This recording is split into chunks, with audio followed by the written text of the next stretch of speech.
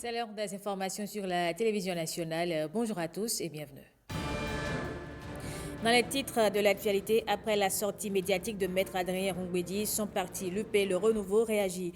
Le porte-parole du parti affirme que les propos ont été tenus hors de toute instance officielle. Il a présenté à l'occasion les grandes lignes pour 2025. Qui pour succéder à Sylvestre Amoussou sur la marche finale du FESPACO. Pour l'édition 2025, 7 productions béninoises sont en lice. Ulvaeus Balogun nous présente les films en compétition dans ce journal.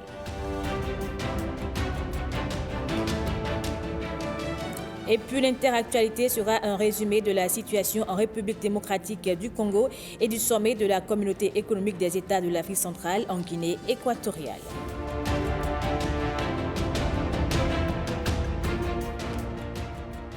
Bonjour à tous et bienvenue dans ce 13h. L'Union progressiste, le Renouveau réagit aux récents propos de Maître Adrien Rongbedi sur le retour des exilés politiques et la nécessité de dialogue. Face à la presse, le porte-parole du parti a précisé la position de sa formation politique. Il a également présenté les grandes lignes des actions du parti pour l'année 2025. On écoute Christian Parfait Aoyo. Tout d'abord, l'Union progressiste, le Renouveau tient à saluer et à célébrer le professionnalisme dont ont fait preuve les différents acteurs de la chaîne judiciaire qui sont intervenus dans cette affaire depuis les premières enquêtes jusqu'au procès, en passant par l'instruction. Dans le traitement qu'elle a fait de cette affaire, notre justice nous a davantage rendus fiers d'elle. Oui, nous sommes fiers de notre justice. Le droit a été dit dans la transparence, dans la clarté et surtout dans la précision. Dans cette affaire, l'œuvre de justice a véritablement permis la manifestation de la vérité. Oui, la vérité. L'Union progressiste, le Renouveau, est profondément préoccupée par ce que révèle le complot contre l'autorité de l'État. Pour nous, cette affaire est symptomatique à la fois de la crise de l'éthique politique et de la crise des valeurs. L'Union progressiste, le Renouveau, condamne toute entreprise de renversement des institutions par la force, d'où qu'elles viennent, et de remise en cause des acquis de notre processus de développement continu, durable.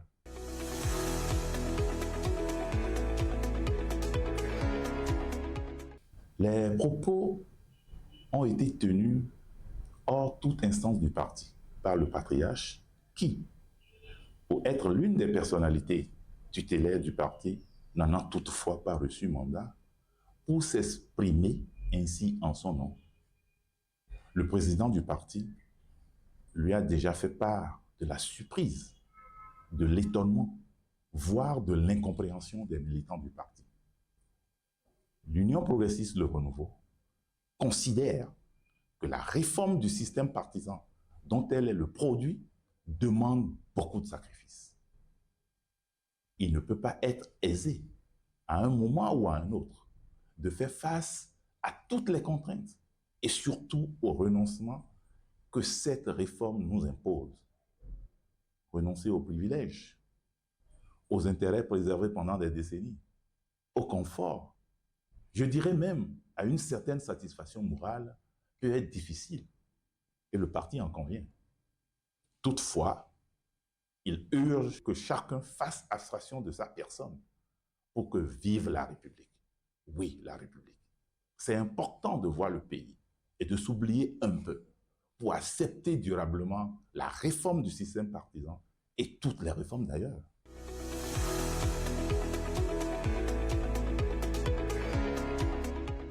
Nous allons achever la formation des instances de base du parti. La haute direction politique du parti organisera des rencontres avec les structures et forces sociales du parti. Nous allons poursuivre les hommages à nos dignitaires. Bien évidemment, le parti tiendra régulièrement ses réunions statutaires.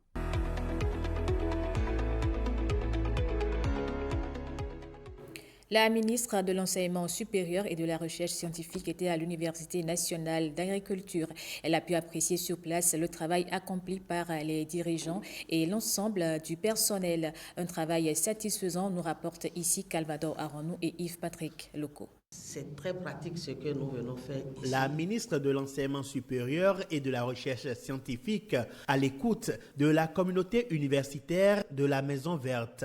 L'Université nationale d'agriculture est composée de plusieurs entités dont le dénominateur commun est le monde rural et l'environnement. L'équipe du recteur Agosso Bruno Djossa, installée en octobre 2021, fait son bilan à mi-parcours. Formation professionnelle, coopération au service du développement. Les résultats obtenus par les dirigeants de l'UNA sont présentés à l'autorité.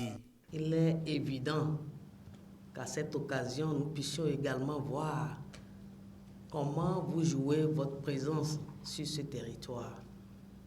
Est-ce que vous arrivez à montrer aux uns et aux autres, à la communauté locale, de la mairie, préfectorale, votre existence? Est-ce que nos parents qui sont ici, qui souffrent, continuent de souffrir? Ou bien vous avez commencé déjà par leur apporter des solutions innovantes? L'UNA retient l'attention particulière du gouvernement. Les formations données dans cette université permettent aux apprenants de s'auto-employer. L'industrie agroalimentaire s'est réinventée aujourd'hui et il y a des multimilliardaires dans cette industrie-là.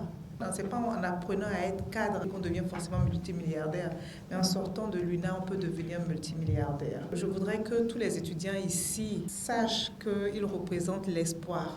Des préoccupations diverses ont été exposées à la ministre de l'Enseignement supérieur et sa délégation. Transport et hébergement étudiants, Wi-Fi, bourses, matériel et stages académiques. L'ensemble du monde universitaire de l'UNA a aussi besoin d'eau et d'électricité. Les problèmes auront des solutions, a promis l'autorité de tutelle. Sortie de la deuxième promotion des masters à l'Institut de formation en soins infirmiers et obstétricaux de l'Université de Parakou. Ils sont 36, dont 14 spécialistes en santé sexuelle et reproductive et 22 en instrumentation à recevoir le parchemin. La cérémonie de remise d'attestation a eu lieu sous le parrainage du président de l'autorité de régulation du secteur de la santé, Ikilou Gounoussero et Alexis Assogba. Proclamation des résultats. Remise d'attestation de fin de formation, port d'écharpe marque les temps forts de cette cérémonie de sortie de la deuxième promotion des masters professionnels à l'IFSIO de l'Université de Parakou. Permettez-moi, au nom de tous les récipiendaires, d'exprimer notre immense reconnaissance à l'Agence française de développement AFD, puis à l'Agence belge de développement ENABEL, qui au travers du projet Équité, financé par l'Agence française de développement, a offert à l'Institut de formation en soins infirmiers et obstétricaux un soutien inébranlable, véritable catalyseur de notre réussite. Chers filles, votre parcours est remarquable, certes, mais ce n'est pas une fin en soi. Le diplôme de master qui vous est remis est à la fois une clé pour ouvrir de nouvelles portes et une invitation à continuer d'apprendre. Une fois sur le terrain, cette deuxième promotion va améliorer la qualité des soins délivrés aux patients au sein des établissements de santé. L'IFSIO, grâce à la volonté politique de l'État béninois et l'appui de ses partenaires financiers, a désormais un cycle de master et sort sa deuxième promotion. Chers partenaires, vos actions marquent votre engagement pour les institutions de formation en santé. La qualité des soins de santé reste au cœur des priorités d'ENABEL et de l'AFD.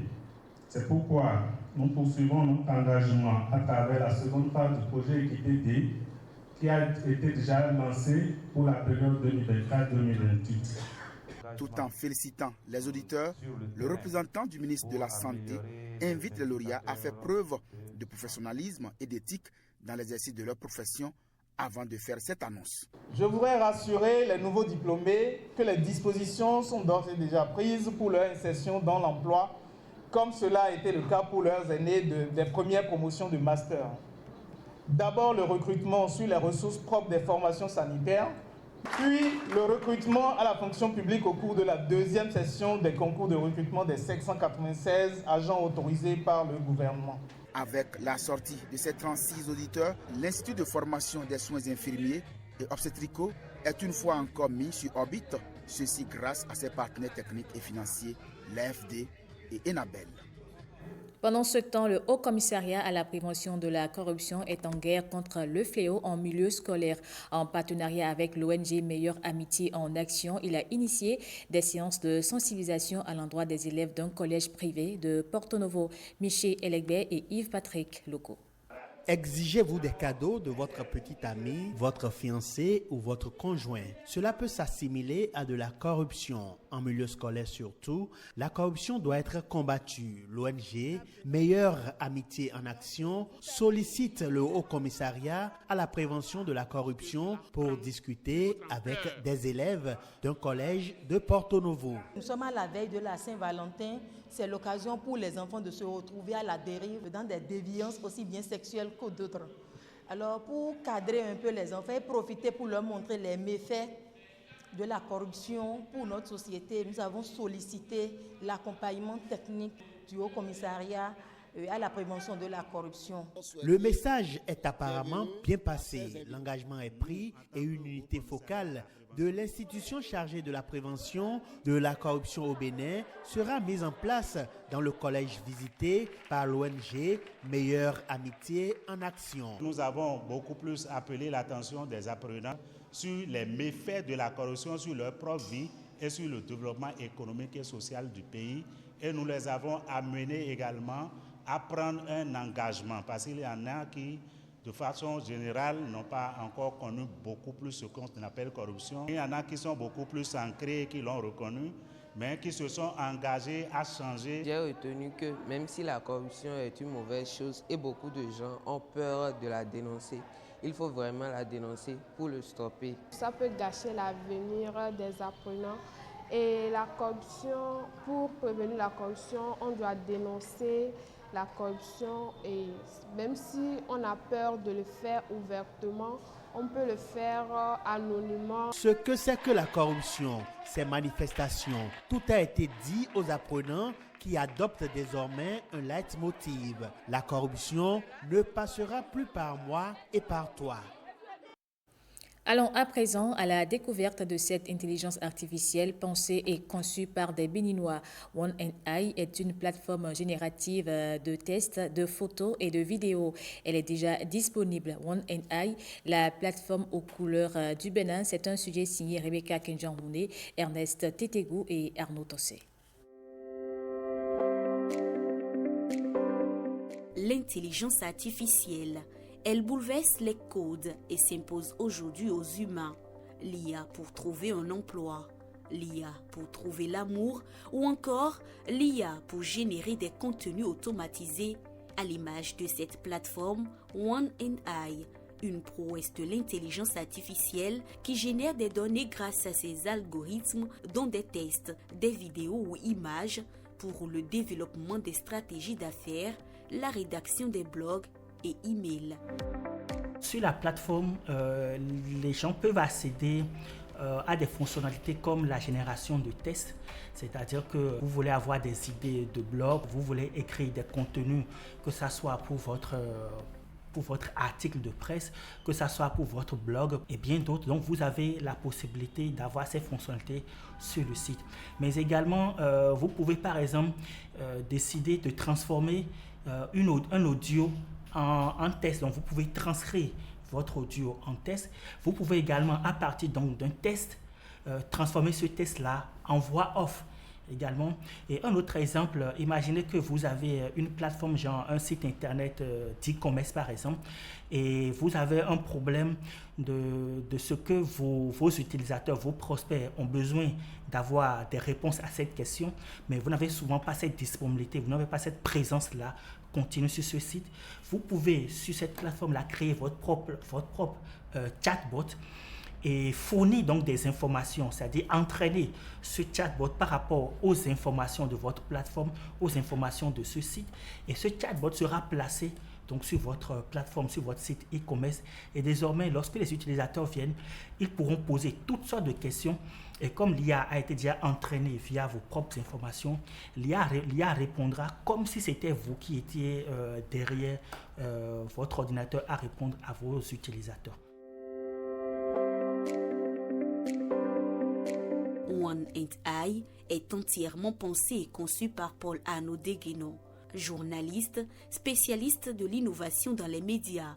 Après plusieurs années de diagnostic à l'occasion des différents panels qu'il anime et pour répondre aux requêtes qui lui parviennent très souvent, il a décidé de mettre en place ce service 100% IA Made in Benin. Dans les modèles prédéfinis de la plateforme, nous avons une partie qui est consacrée à la réalisation de lettres de motivation. Donc c'est quelque chose qui peut intéresser beaucoup les demandeurs d'emploi qui souvent ont des difficultés à élaborer ou bien à écrire une lettre de motivation courante, bien structurée. Vous savez, on dit souvent qu'il faut s'occuper du changement avant que le changement ne s'occupe de vous. Et moi, je me plais toujours à dire qu'il faut s'occuper de l'IA avant que l'IA ne s'occupe de vous. Que vous le veuillez ou non, c'est une évolution et elle ne s'arrêtera pas juste parce que vous vous estimez que les gens sont paresseux, pas du tout. L'évolution, elle est continue et elle ne dépendra pas, vous, de votre personne. OneAndI.bj, la plateforme générative de tests d'images et de vidéos, aborde plusieurs thématiques dans divers domaines. Elle est disponible en français et en anglais. Le président de l'Assemblée nationale, Louis Vlavounou, a reçu une délégation des cadres du royaume Pladiekin. Les membres sont allés exposer les préoccupations liées à la non-reconnaissance du royaume sur la liste officielle des chefferies traditionnelles du Bénin. Voici les explications du professeur Jean-Claude Roumenou, porte-parole du collectif. Notre délégation était venue exposer à l'autorité du président de l'Assemblée nationale, son Excellence Louis Vlavounou, des préoccupations liées donc à l'institutionnalisation et à la reconnaissance du royaume pladiekin, qui est un des principaux royaumes de notre pays dans le bon vieux temps. Un royaume fondé avant 1800, et qui a eu une existence continue, un fonctionnement continu jusqu'à aujourd'hui. Et c'est parce que notre communauté s'est rendue compte que ce royaume n'avait pas encore été pris en compte dans la liste officielle du royaume du Bénin. Nous avons donc exposé cette préoccupation au président Vlavounou afin que, dans la mesure du possible, on puisse rétablir ce royaume dans la liste des royaumes du Bénin. C'est le royaume des Pladiekin qui ont émigré du foyer originel de tous les rois du Bénin à Agbanak et qui sont venus vers l'est et qui se sont établis sur tout le pourtour du lac Nohé et de Godomé jusqu'à Agégué-Flazoumé, en passant par Awansori à Cotonou et toutes les localités de Cotonou, que ce soit Midombo, que ce soit Rakome, Yagbe, Surulere, Campodo, Deropo, jusqu'à Glangandan, Tassamekodi, Ekpe, Tchonvi, Ketonou, c'est tout cela qui est le territoire historique du royaume pladiekin. Et ce territoire n'a pas été pris en compte. Or, c'est un royaume qui a joué un rôle éminent dans la constitution du territoire de notre pays, et qui a pu préserver même son autonomie, son indépendance vis-à-vis des grandes puissances royales de l'époque, et qui a même été protectorat anglais sur notre territoire pendant des décennies, avant de passer sous l'autorité française. Et nous pensons qu'il y a bien des raisons pour que l'histoire nationale retienne également ce royaume-là. Le président Vlavounou a été très sensible à la démarche et il a marqué son ouverture à poursuivre les réflexions avec nous. Après Sylvestre Amouzou qui a décroché en 2017 les talons d'argent de Yenenga, le Bénin peine à s'imposer sur la marche finale du FESPACO pour l'édition 2025. Cette production béninoise sont en lice. François Nisso et Ulvaeus Balogun nous présentent les films en compétition et leur chance de l'emporter. À l'affiche du Festival panafricain du cinéma et de la télévision de Ouagadougou FESPACO 2025, le Bénin est représenté par 7 productions cinématographiques, dont une série et plusieurs films d'école. Une sélection qui témoigne du dynamisme du secteur cinématographique béninois. Une fois encore, le Bénin est présent à cette édition avec ce nombre de films. C'est impressionnant. Il y a des pays qui ont envoyé plein de films qui n'ont pas leur nom sur la même liste, mais le Bénin s'est représenté jusqu'à cette fois, c'est déjà beaucoup. C'est une réussite et c'est la réussite de l'engagement des professionnels que nous sommes, des techniciens que nous sommes, des acteurs du cinéma et de l'audiovisuel que nous sommes. Et c'est à saluer. À sa première fuite, le marron sera marqué de la fleur de lys. S'il récidive, il se fera couper les oreilles et les jarrets. Le Bénin aligne ainsi une diversité de productions. En compétition officielle, Frères et sœurs d'Issia Kassani et Ni chaîne ni maître de Simon Moutaïrou, deux fictions qui explorent des thématiques fortes entre famille et quête de liberté. Si j'ai donné ce titre de Ni chaîne ni maître, c'est pour rappeler que ces hommes et ces femmes qui ont vécu des choses que nous ne vivrons jamais, ils ont quand même eu la force en eux de dire non et de redresser la tête. Si eux, il y a 4 siècles, dans des conditions que nous ne connaîtrons jamais, ont eu la force de dire non, évidemment, nous pouvons le faire aussi. Dans la catégorie film des écoles de cinéma, 4 productions sont en lice: Victimes silencieuses, Lien d'amertume, L'enfer du décor et Cœur en panne. Par l'expérience, souvent nos films d'école sont des films de bonne facture et nous avons la probabilité forte qu'au moins un trophée revienne dans la catégorie de films d'école. Je suis Charles Ornel Edoui. Dans la catégorie FESPACO série, vous allez détester Mémé de Kismat Baguiri défendra les couleurs du Bénin. Il y a la chance de côté de la catégorie série avec notre consoeur réalisatrice Kismat Baguiri avec sa série Chalonnel. Aucun de nos films n'est nominé dans la catégorie officielle, la première des catégories qui puisse nous permettre de décrocher le Graal. Mais ce n'est pas une fin en soi, parce que le simple fait de participer est déjà une réussite. Alors que le FESPACO 2025 s'annonce comme une compétition relevée, le Bénin espère y faire rayonner son cinéma. La participation étant avant tout une opportunité de visibilité et d'affirmation du talent béninois sur la scène africaine.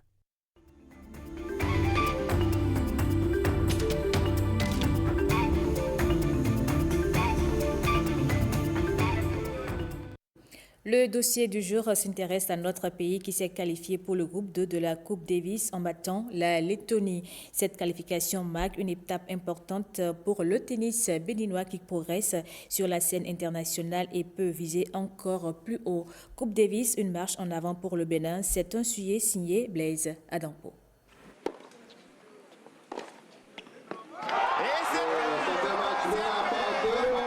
S'il y a bien une chose à retenir des 2 jours de compétition de la Coupe Davis, c'est la qualification du Bénin dans le groupe 2. Globalement, le Bénin est qualifié pour jouer le groupe 2 en août prochain. Face à la Lettonie, le Bénin a livré un combat héroïque sur les cours du Sofitel. Mené par Alexis Clégou et Sylvestre Monou, les Guépards triomphent 3-2 après un suspense haletant. Dès le premier jour, équilibre parfait, une victoire de chaque côté. Le duel bascule lors des matchs décisifs. En double, Clégou et Gandonou écrasent les Lettons 6-3-6-3, démontrant une maîtrise implacable. Le double a été un match très décisif parce que ça nous a permis en fin de matinée d'être devant. La Lettonie contre-attaque avec la victoire de Strombach face à Agbo Panzo, ramenant les espoirs à 2-2. Ultime rebondissement, Sylvestre Monou frais et électrique terrasse Daniel Tens dans un duel tendu. Le Bénin s'offre ainsi une qualification historique. Vraiment, je suis content de tout le monde. Allez, On a gagné ce double-là, on a fait le boulot. Mais je pense que c'était nécessaire aussi que Silly puisse venir confirmer le niveau qu'il a et venir montrer que chez lui, il peut prendre cette victoire et accumuler aussi cette expérience. J'avais une grande confiance en lui. Et donc, je suis content qu'il a pu prendre ça pour lui et pour toute l'équipe pour vraiment sceller la victoire. Cette victoire, fruit d'une stratégie millimétrée et d'une cohésion d'équipe sans faille, marque un tournant. Le mélange d'expérience et de jeunesse a fonctionné au sein de l'équipe béninoise. En équipe, on a été tous très très forts et on y a cru plus qu'eux. On a cru plus en nous et c'est pour ça qu'on a gagné ça. En termes de valeur, la force, la vaillance, l'abnégation, dans la croyance, on réussit toujours. Le Bénin prouve à travers la Coupe Davis son savoir-faire en organisation d'événements sportifs majeurs soutenus par un engagement gouvernemental clair. Le Bénin est fier et hautement honoré d'accueillir sur son sol béni les playoffs de la Coupe Davis. Au-delà de la compétition, ce rendez-vous est à la fois un moment de célébration de notre passion commune, le tennis, et une tribune de réaffirmation de notre ferme engagement envers le sport. Le tennis béninois entame tout doucement sa marche vers l'avant dans la cour des grands. Prochaine étape, le groupe 2 en août prochain. Nous, on en a conscience. Dès maintenant, nous allons mettre les petits plats dans les grands pour faire une bonne prestation en août prochain. On va faire le maximum. Je pense que tout ça, ça booste les jeunes, vivre des expériences comme ça. C'est vraiment une expérience incroyable pour eux qui ne peut faire que les sublimer. Donc c'est vraiment super, ils vont continuer à progresser et je pense encore pouvoir aider l'équipe également. Les guépards affamés ont déjà les griffes.